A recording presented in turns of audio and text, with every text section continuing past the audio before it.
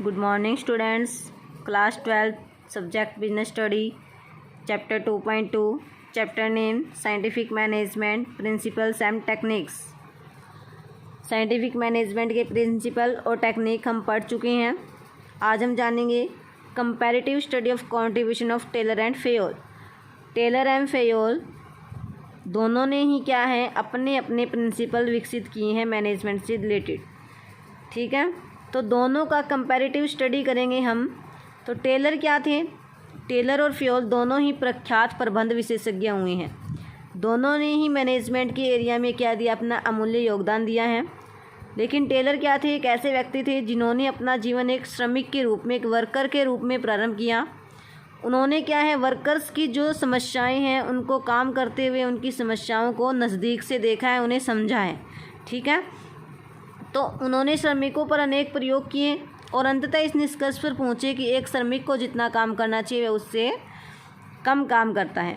श्रमिकों की कार्यकुशलता एफिशिएंसी को बढ़ाने के लिए भी उन्होंने अनेक सुझाव दिए। टेलर के अध्ययन का केंद्र क्या था? कार्यकुशलता था।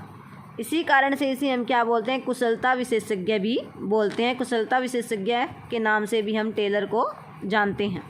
इसके विपरीत जो फेयोल थे उन्होंने अपना जीवन जो है एक उच्च प्रबंधक के रूप में, इन्होंने श्रमिक के रूप में क्या, इन्होंने एक टॉप लेवल के मैनेजर के रूप में अपना काम जो है प्रारंभ किया। यही कारण था कि उन्होंने उच्च प्रबंधकों की समस्याओं को, इन्होंने श्रमिकों की समस्याओं को नज़दीक से देखा, तो फेयोल ने उच्च प्रबंधकों की जितनी भी समस्याएं थी उनको नज़दीक से देखा। उस प्रबंधकों की समस्याओं को दूर करने के लिए फेयोल ने भी अपने प्रिंसिपल्स दिए। फेयोल के अध्ययन का केंद्र उच्च प्रबंधकों की समस्याएं होने के कारण ही इसे हम क्या बोलते हैं? प्रशासन विशेषज्ञ के नाम से जानते हैं। तो कुशलता विशेषज्ञ कौन है? एफ.डब्ल्यू. टेलर। प्रशासन विशेषज्ञ कौन है? Henry Fayol. तो दोनों ने ही प्रबंध जगत में अपना योगदान दिया। तो दोनों में ही कुछ समानताएं और असमानताएं हैं। समानताएं क्या हैं?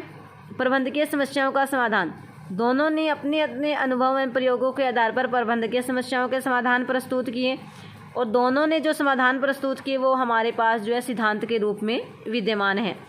स्ट्रेस ऑन प्रैक्टिकल एस्पेक्ट, व्यवहारिक पक्ष पर बल। टेलर और फेयोल दोनों ही वास्तविक कार्य से इनका संबंध था, तो इन्होंने क्या है प्रैक्टिकल वर्क पर ज़्यादा ध्यान दिया, व्यवहारिक पक्ष पर अधिक बल दिया। जो सुधार संभव थे उन्होंने इनके बारे में अपने सजेशन भी दिए और इन्होंने कोई भी ऐसा सिद्धांत प्रस्तुत नहीं किया, कोई भी ऐसा प्रिंसिपल नहीं दिया जिसको हम व्यवहारिक रूप में प्रयोग ना कर सकें। Stress on good industrial relation, अच्छे औद्योगिक संबंधों पर बल।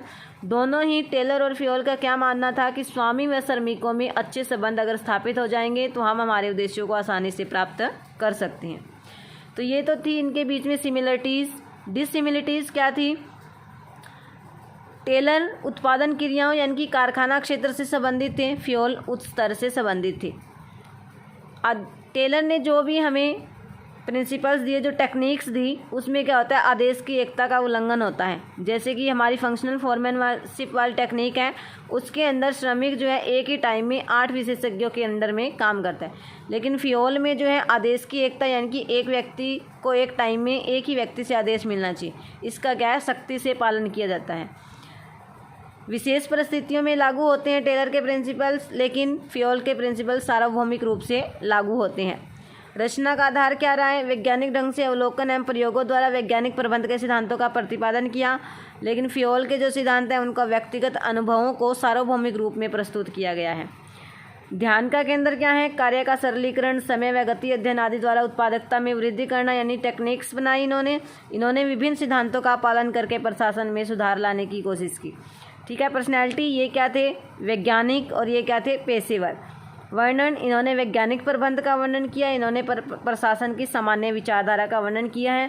कंक्लूजन के रूप में हम कह सकते हैं कि प्रबंध जगत में टेलर और फेयोल दोनों ने ही अपना अपना योगदान दिया है।